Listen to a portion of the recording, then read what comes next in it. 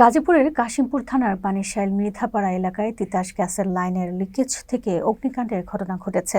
শনিবার রাত আনুমানিক ৮টা থেকে ৯টার মধ্যে স্থানীয়রা ড্রেনের ভেতরে আগুন দেখতে পেয়ে কাশিমপুর সারাবো ফায়ার সার্ভিসে খবর দেন। খবর পেয়ে কাশিমপুর সারাবো ফায়ার সার্ভিসের একটি দল দ্রুত ঘটনাস্থলে পৌঁছায়। ফায়ার সার্ভিসের অফিসার আব্দুল হাইয়ের নেতৃত্বে প্রায় ১৫ থেকে ২০ জনের একটি টিম অগ্নি নির্বাপনে কাজ করে এবং আগুন নিয়ন্ত্রণে আনতে সক্ষম হয়। এই ঘটনায় তাৎক্ষণিকভাবে কোনো হতাহতের খবর পাওয়া যায়নি। কাশিমপুরের Sarabo fire service officer Abdul Hai জানান, চলতি মাসে এটি নিয়ে ড্রেনের ভেতর তিতাস গ্যাস লাইনের লিকেজ থেকে অগ্নিকাণ্ডের ঘটনা ঘটেছে মোট ৪ বার। তিনি আশঙ্কা প্রকাশ করে বলেন, দ্রুত তিতাস গ্যাস কর্তৃপক্ষ প্রয়োজনীয় ব্যবস্থা না নিলে ভবিষ্যতে বড় ধরনের দুর্ঘটনা ঘটতে পারে। এ ধরনের পুনরাবৃত্ত ঘটনায় স্থানীয় এলাকাবাসীর মধ্যে আতঙ্ক ছড়িয়ে পড়ে। স্থানীয়রা অভিযোগ করে বলেন, বারবার আগুন লাগার ঘটনা ঘটলেও গ্যাস লাইনের স্থায়ী সমাধান করা হচ্ছে না। তারা তিতাস গ্যাস কর্তৃপক্ষের কাছে দ্রুত ও কার্যকর পদক্ষেপ গ্রহণের দাবি জানিয়েছেন। অন্যথায় যে কোনো সময় বড় ধরনের দুর্ঘটনা আশঙ্কা রয়েছে বলে মনে করছেন